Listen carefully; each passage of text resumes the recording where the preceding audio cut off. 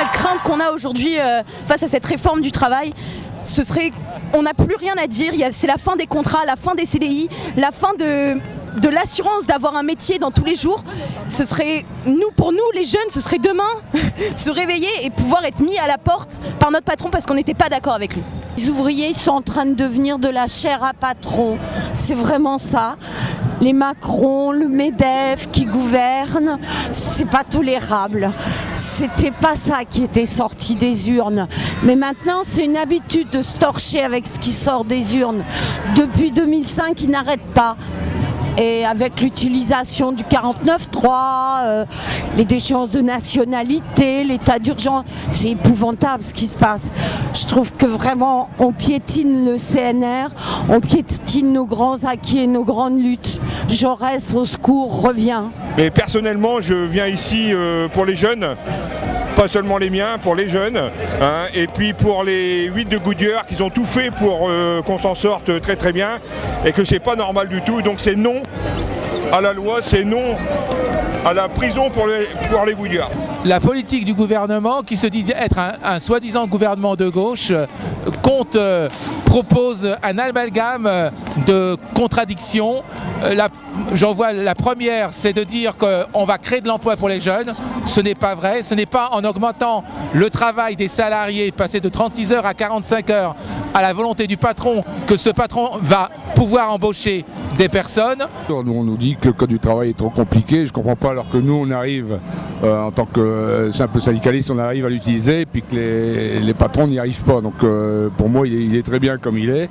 On doit modifier la règle des 35 heures, passer à 32, comme la CGT revendique. Et puis d'autres choses, il y a des choses qui sont inadmissibles. Et puis c'est la réforme de trop, je pense. Il y a eu les lois Macron, il y a eu la loi de sécurisation de l'emploi. Et maintenant celle-ci qui est trop, c'est pour ça que les gens en ont marre, quoi. Vous savez, dans beaucoup d'entreprises, les patrons, y compris dans les petites entreprises, marchent sur le code du travail, s'en moquent, l'ignorent. Combien de salariés se retrouvent avec des heures supplémentaires qui ne sont pas payées, qui ne sont pas comptabilisées? Donc c'est la réalité déjà. Mais ce code du travail qui était le socle minimum, c'était un point d'appui justement pour tous les travailleurs, pour faire valoir leurs droits. Et bien c'est ce point d'appui-là que le gouvernement est en train de démolir. Donc c'est effectivement un recul très très grave et il ne faut pas le laisser passer. Moi je pense que c'est la goutte d'eau qui fait déborder le vase. Voilà, aujourd'hui c'est au propre comme au figuré. Et j'espère que la détermination sera suffisante pour que justement cette mobilisation elle prenne de l'ampleur et pour forcer le gouvernement à retirer son projet. La raison majeure qui nous fait nous mobiliser en ce moment. Le projet de loi il est prévu comme ça, c'est-à-dire que dans chaque entreprise, il y aura un code du travail différent, c'est-à-dire c'est contraire aux valeurs de la République, une loi qui ne sera pas la même pour tout le monde. C'est la raison fondamentale de notre désaccord avec ce projet. Mais on est déjà déterminé à ce qui est, si rien ne se passe ce soir ou durant ce week-end, à ce qui est déjà 2 nouvelles journées d'action la semaine prochaine, le 5 avril et le samedi 9 avril. On veut, à l'appel des organisations syndicales, un large mouvement citoyen. On sait qu'il y a beaucoup de salariés dans les plus petites entreprises qui ont peur de la répression.